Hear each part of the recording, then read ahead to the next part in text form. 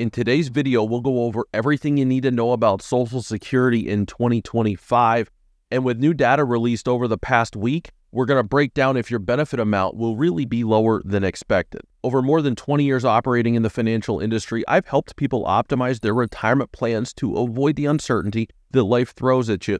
A lot of the information you hear online regarding Social Security is centered around changes that are likely to happen, but nobody's talking about what they really mean and how you can manage them. So that's why I wanted to create a video to break everything down for you in a simple, easy to understand way so that you can leave with an in-depth understanding of the update and whether your Social Security is really going to be lower than expected.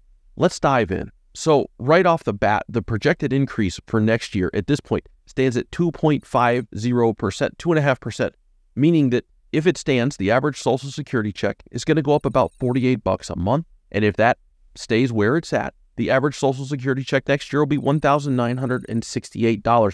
Now, that's a number from the Senior Citizens League, who does this projection throughout the year, and it's down. It's lower than what they were expecting even just last month when they were projecting the raise to be 2.57%. I'll get into why that is in just a second. But before I do, it's important to understand how this works. Social Security provides a cost of living increase based on something called CPI-W. Without putting you to sleep, it's a specific brand of inflation data that's put out by the government. It does an okay job of moving in the same direction as the true cost of living, but it certainly falls short. I'm going to prove that to you a little later on in the video. Now, as for the projected raise of 2.5%, as I said, that's down from 2.57 just last month. It's not an official number yet. We expect to get that in October from the Social Security Administration, but it's probably pretty close to where we're going to end up. The reason that it's trended down is that inflation is coming down. Now, don't mishear what I said. A lot of people hear inflation is going down and they're like, yeah, right. Where? I don't see it anywhere that I shop. Don't confuse inflation coming down with deflation. Prices are not going down. The rate at which prices are rising is slowing. Think about a line going up at a really steep angle. That was inflation a few years ago. Now that line is starting to level off. It's not going down. Prices aren't dropping. That would be deflation. But the rate at which prices are rising is now slowing. Thus, inflation measurements are getting lower. In turn, that results in lower Social Security COLAs. Remember, COLA, C-O-L-A, is short for cost of living adjustment.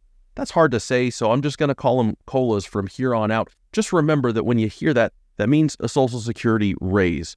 So we know these numbers are getting lower.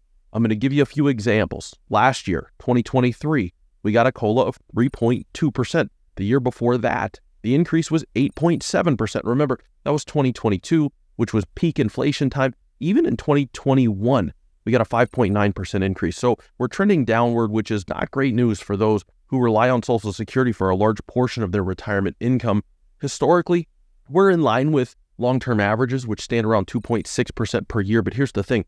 We haven't seen historical levels of inflation for quite some time. And so people are really feeling this a lot more than they used to. As I said, I'll show you the numbers and then we'll talk about what it is that you can do. So I want to show you some numbers starting just before the pandemic and leading up to now to explain why, if you rely on Social Security for a large part of your retirement income, you feel like you're really falling behind. All of these numbers come directly from the Federal Reserve. So we're going to start back in August of 2019. From that point until now, the price of a gallon of milk up 32.8%. The price of a gallon of gas up 34%. And here's a big one. The price of beef is up 46% since August of 2019 over the last 5 years. Here's the issue. Social Security over the same time is only up 22%. So if you rely on Social Security for much or all of your retirement income, you've lost in the vicinity of 20% of your purchasing power over the last 5 years. You've basically gotten pay cuts while people are telling you that you're getting pay raises. It hasn't kept up with prices. And that's to say nothing of things like utilities, car payments, car costs, repair costs, home improvements. The moral of the story is this. Social Security COLAs, while they're something, have not kept up with the increases that we've seen in prices, which has made it harder and harder to get by. If you've got some assets, you likely aren't feeling this the same way. Don't get me wrong. Everybody feels higher prices one way or the other. I went to the bakery yesterday. I bought 2 donuts. They charged me $6.10 for 2 donuts. I honestly didn't know that's how much donuts cost now, but I guess it is what it is. As I said, if you've got a retirement portfolio, you're probably not feeling this the same way because over the last 5 years, that same window, the S&P 500 is up over 55%. The average home price, if you own a home, has increased by more than $100,000 over the same time. So you have some other things that are increasing faster than inflation, which may allow you to weather the storm a little bit more than somebody who doesn't have those things and is really just relying on the Social Security. Now, as we get into what you can do about all of this, let me tell you a story. Imagine you went out to eat at a restaurant. You were looking forward to going to this place for a long time. It was going to be a big night out with your friends, and you order a big old steak, you order a ribeye. You're super excited, and it comes out, and it's hot trash. It looks like they were in the back trying to turn this thing into a charcoal briquette. As a result, something you were really looking forward to, that you thought was going to be awesome, this great night out, was kind of ruined because your main course was rotten. Now, imagine the same scenario, but in this case, the steak was delicious. It was cooked perfectly. It was juicy. It was everything that you hoped it would be.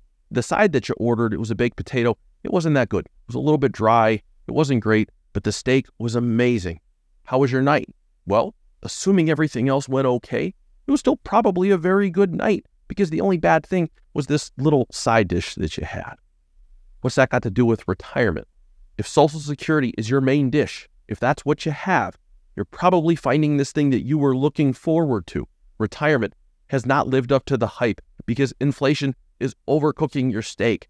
Now, if the main dish of your retirement is made up of investments and assets and other income streams, and Social Security is just the side dish, it's the supplement, you probably feel differently. It's a dry baked potato. It's not what you were hoping for, but it's not going to ruin your night. It's not going to ruin your retirement. So where does that leave us? What can you do from here? Well, there isn't much that can be done if you're already receiving Social Security to make it grow. You could go back to work. You can earn money and replace lower earnings years with higher earnings years, which results in a higher check. But that's not really viable if you're below your full retirement age because of the penalties. And it's probably not something that you want to do if you can avoid it, regardless of the age, because nobody wants to unretire. So that's one way, but it's not a very popular path. This does make the case for waiting to elect Social Security a bit if you're not quite there yet, and it's going to make up a lot of your retirement income. Here's an example. Let's say that Social Security would be $2,400 at full retirement age. That would equate to $1,600 if you took it early at 62, or $3,100 per month if you waited all the way to age 70. If you have, say, $750,000 in total retirement money and around $1,500 a month in expenses in retirement, you could likely make a go of it just fine if you went at 62 and you can make it work. Because even when we see that despite the cost of living adjustments, Social Security doesn't keep up, you've got other things to help you out. If you did wait a little bit longer, you got a larger benefit, would certainly benefit the situation. But that's where you get into the non-math of when the right time to retire would be. Meanwhile, similar situation, but without the assets. Let's say that you'd have $1,600 a month at 62 and $1,500 a month in expenses, and you only have $100,000 in assets.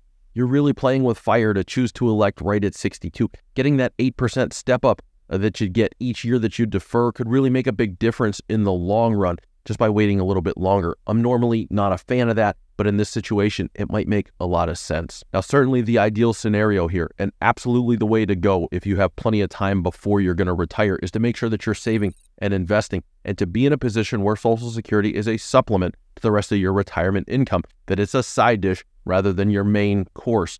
You want Social Security to be your baked potato and not your steak if you want to have a good time at the restaurant that is retirement. Now, a few quick tips on how you can accomplish that. If you're in your 50s, make sure you're maxing out those retirement accounts. Use Roth accounts, Roth 401k, Roth IRA, if you're middle income tax bracket levels or lower. Use traditional if you're in the upper or higher tax brackets. Once you're maxing out those vehicles, start funding the after-tax brokerage account, and then look for ways to create retirement income streams separate from Social Security. I just did a video about that a couple of weeks back. It outlined 5 different income streams that you can create, and none of them were Social Security.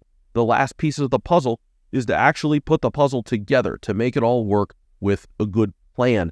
Now that you know the 2025 Social Security updates and the data from the previous years, I want you to understand one thing. If Social Security increases are on a downward trend right now, it's more of a reason to seek professional financial help so that it doesn't negatively impact your specific plan. That's why I want to offer you a personal one-on-one call where my team and I will look at your exact situation and will help you maximize your financial plan. Click the link below and book that call, and I'll see you on the next one.